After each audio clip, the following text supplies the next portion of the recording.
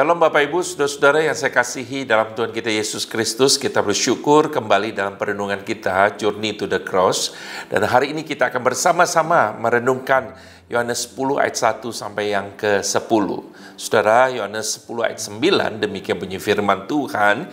Yesus berkata, "Akulah pintu, barang siapa masuk melalui aku, ia akan selamat, dan ia akan masuk dan keluar dan menemukan padang rumput." Hari ini kita akan melanjutkan pembahasan kita berkaitan dengan tema Akulah Pintu.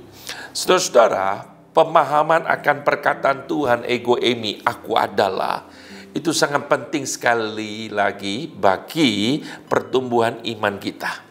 Kenapa saudara? Sangat penting bagi pertumbuhan rohani kita. Karena di sini kita melihat bahwa Yesus memperkenalkan tentang dirinya. Saudara, pada saat Yesus mengidentifikasikan dirinya ataupun kita saudara, dengan sesuatu, itu bukanlah sembarangan, tentu punya makna yang sangat penting sekali. Misalnya kita digambarkan sebagai domba.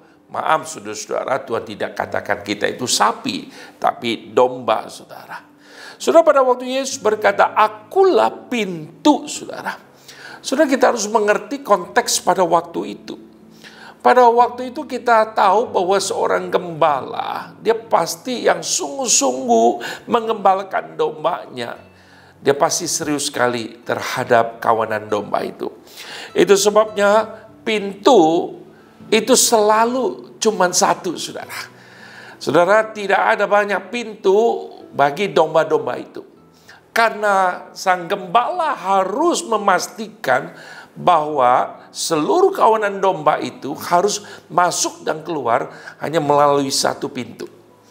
Saudara-saudara, pada waktu itu para gembala biasanya ketika mengembalakan kawanan domba, mereka itu berjalan dari satu tempat ke tempat yang lain, berkaitan saudara tentunya berhubungan dengan makanan sang domba itu sendiri. Jadi para gembala akan berpindah dan mengikuti makanan atau rumput yang tersedia untuk para dombanya.